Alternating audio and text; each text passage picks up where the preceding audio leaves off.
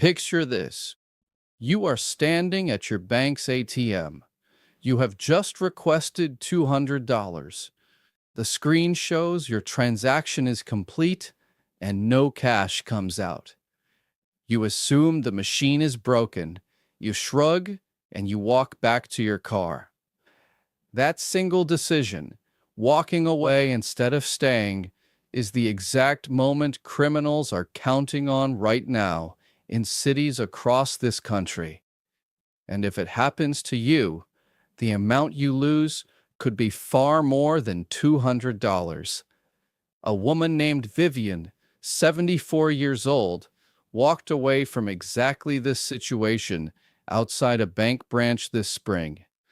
By the time she called her bank 2 hours later, there was nothing left for them to do. I am going to tell you what actually happened to her, and I am going to tell you the 5 things banks are now formally warning every single customer about. Because what happened to Vivian is happening to someone else right now, and I do not want it to be you. My name is Robert Hensley, and I spend my time doing exactly this, reading the fraud alerts that banks and federal agencies issue, and translating them into plain language before they turn into a problem for someone like you.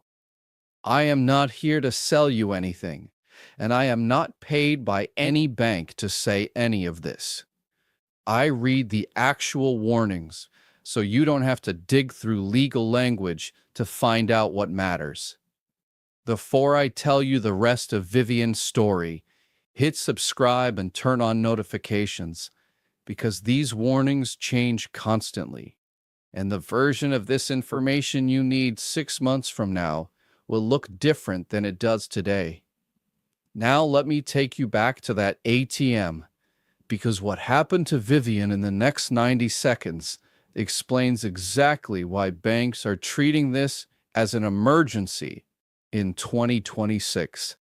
In April of 2026, police in Philadelphia uncovered a scheme that had already hit at least 9 separate victims across the city since mid-March. Criminals were installing a small hidden device directly over the cash dispenser slot inside legitimate ATMs, a tactic officially known as cash trapping. Here is exactly how it works.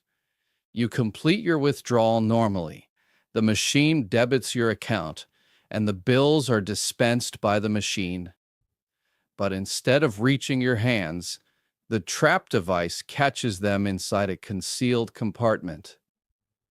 The roll door still moves the way it normally would, so nothing about the machine looks broken from the outside, which is exactly why victims like Vivian assume the machine simply malfunctioned.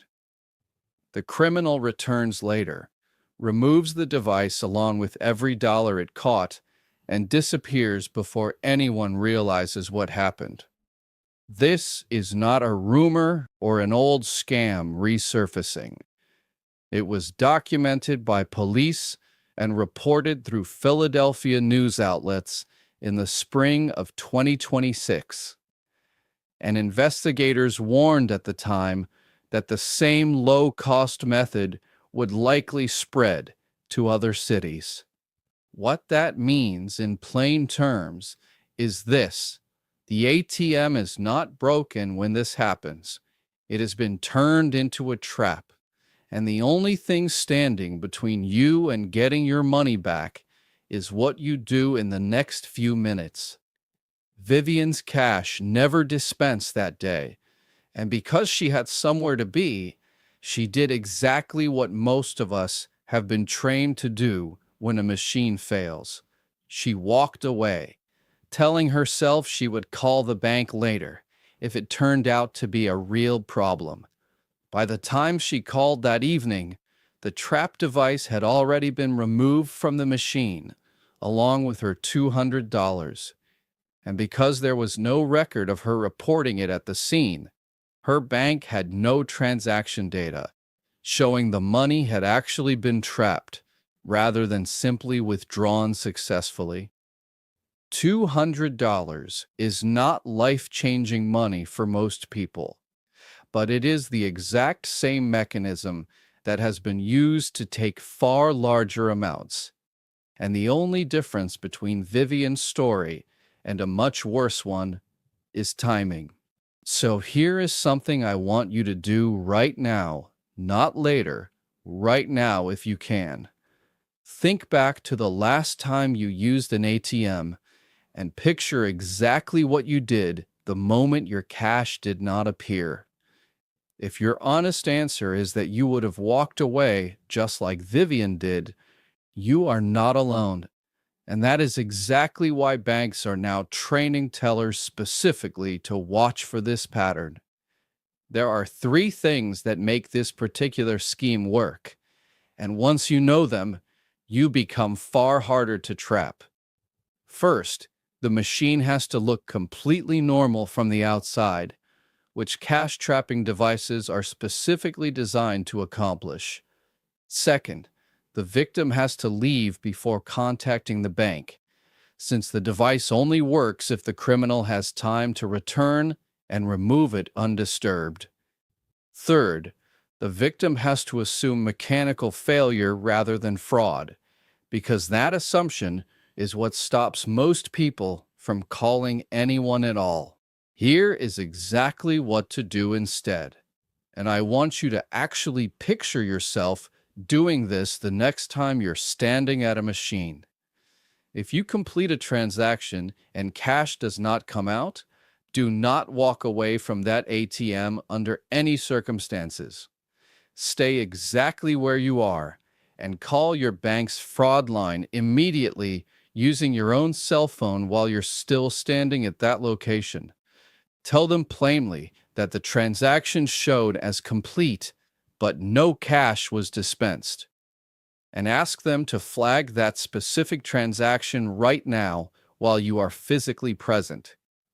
Your presence at the machine, combined with an immediate call, creates a time-stamped record that dramatically improves your chances of getting the money back, because it proves you did not simply walk away with cash in hand and later claim otherwise.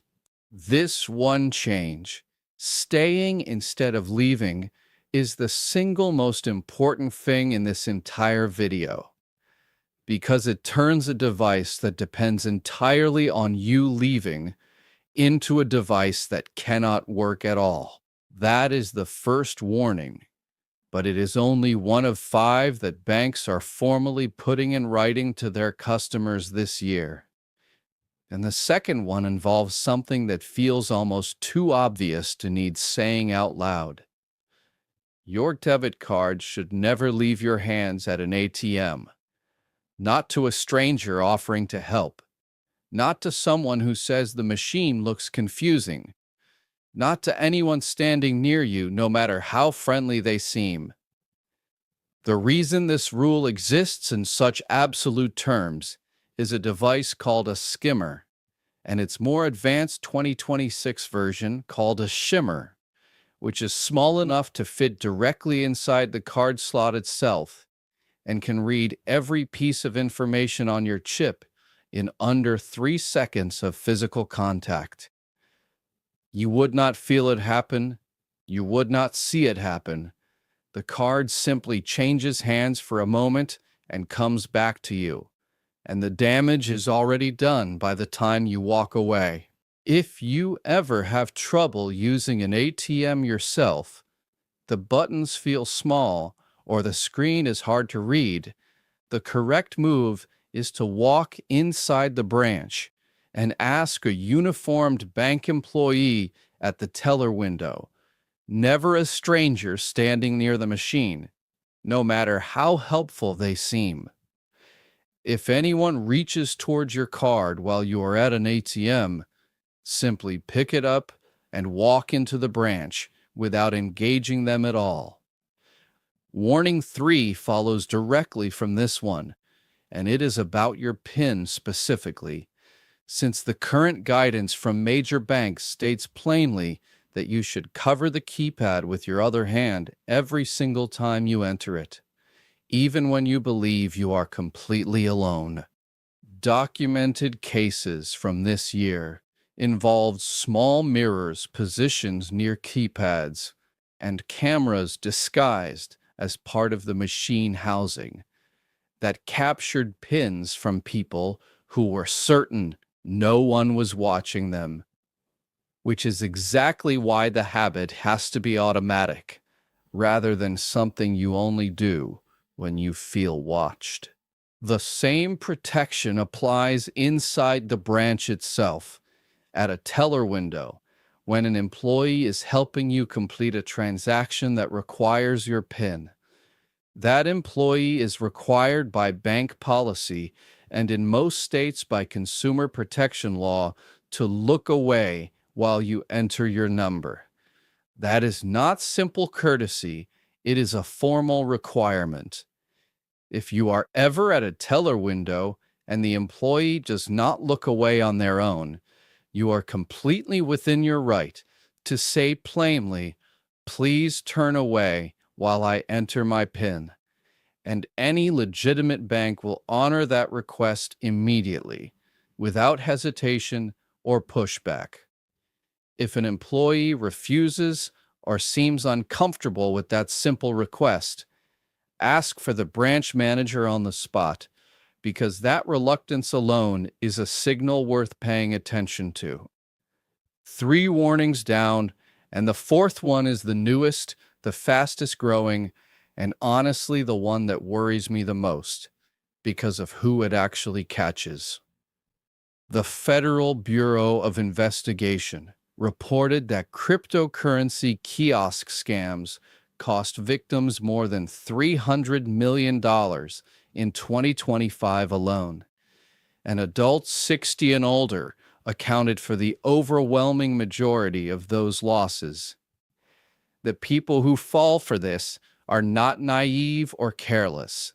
They are often sharp, careful, educated people who still lose everything because the scheme is built specifically to exploit trust in authority rather than gullibility.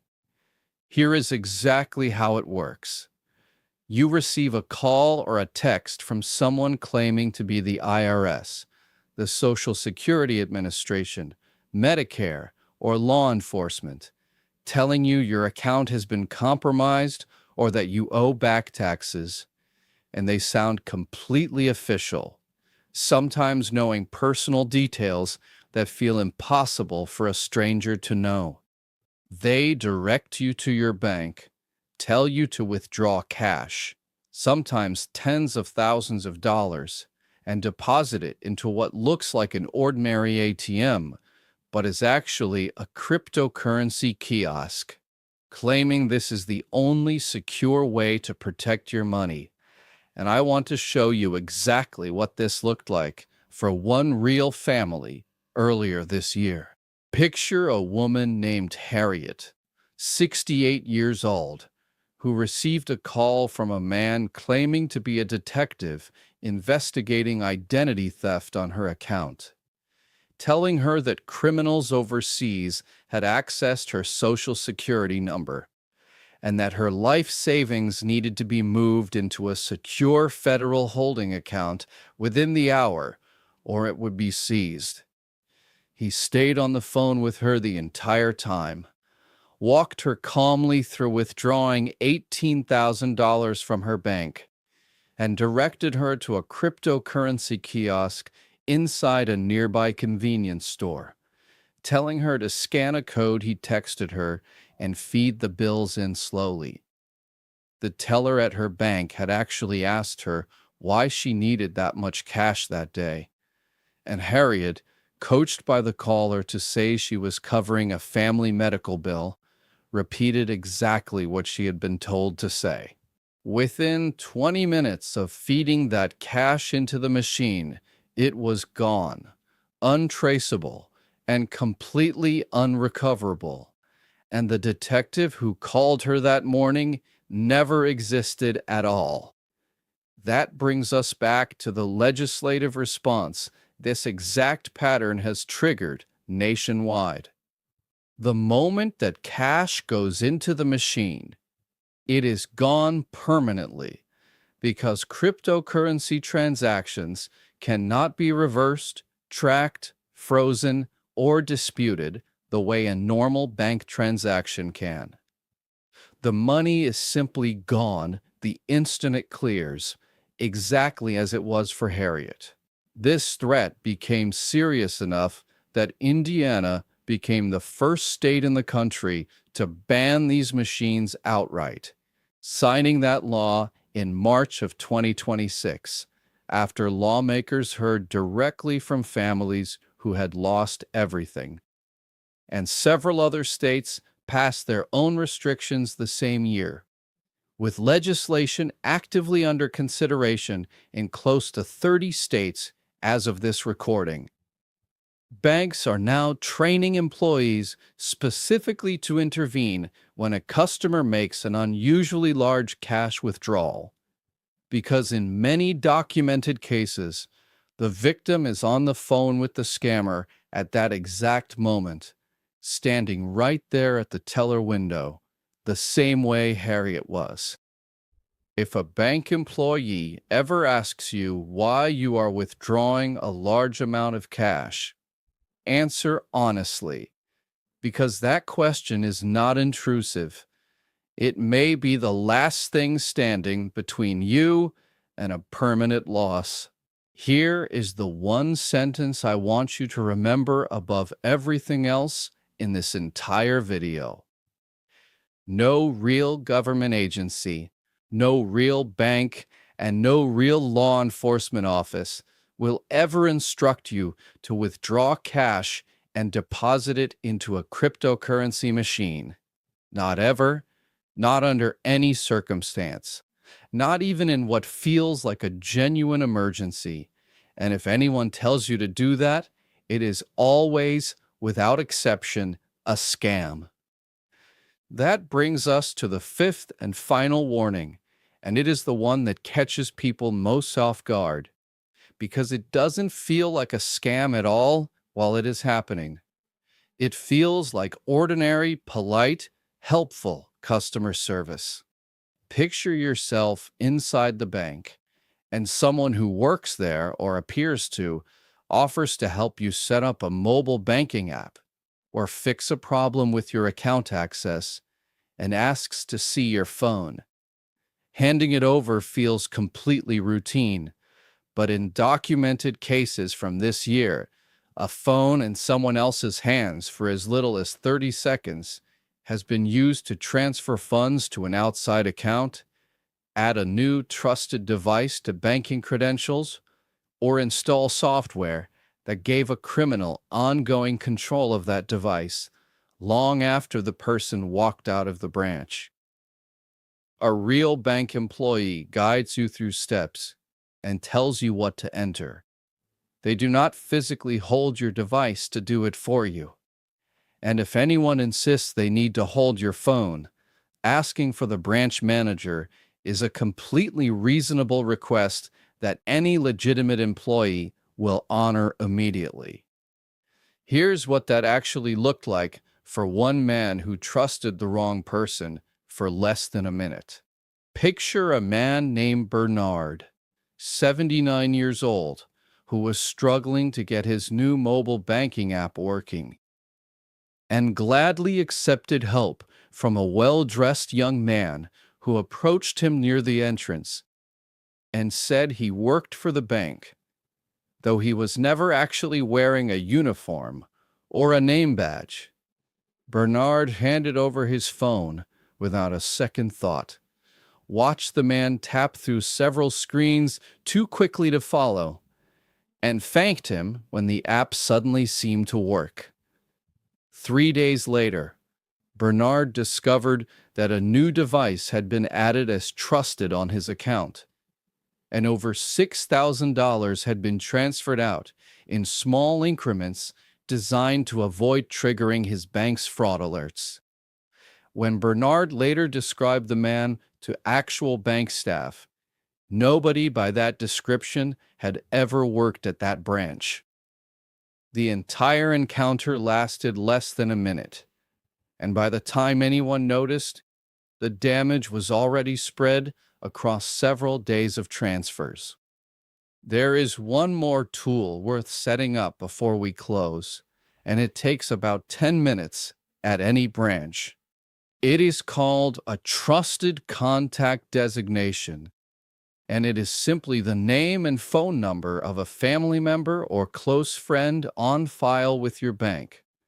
Someone who has zero access to your money and cannot make a single transaction or change to your account.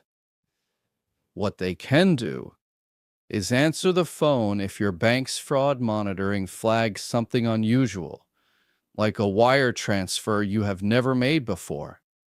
So the bank can call that person and ask them to confirm whether it was really you. If Vivian had reported what happened at that ATM immediately instead of walking away, her bank would have had a time-stamped record the same day. And there is a real chance that $200 would still be in her account right now instead of gone. That is the difference these 5 habits make, not in theory, but in an actual outcome for an actual person. And now you know exactly what to do differently. So, here is everything again in one place. If cash does not dispense, stay at the machine and call your bank immediately. Your card never leaves your hands under any circumstance. Cover your PIN every single time, even when you believe you are alone. No real government agency will ever tell you to deposit cash into a cryptocurrency machine. And if someone does, it is always a scam. Your phone stays in your own hands inside the bank, always. And set up a trusted contact with your bank this week. It costs nothing and takes about 10 minutes. If you know a parent, a neighbor, or a friend who uses an ATM or visits a bank branch, which is essentially everyone, please share this video with them today. And if you have got a question about your own situation, drop it in the comments. Every Friday, I answer real viewer questions over on my post tab. If this helped you, hit that subscribe button and the bell so you catch every video the moment it goes live. This channel provides educational information only and is not affiliated with the Social Security Administration, Medicare, CMS, the IRS, or any bank.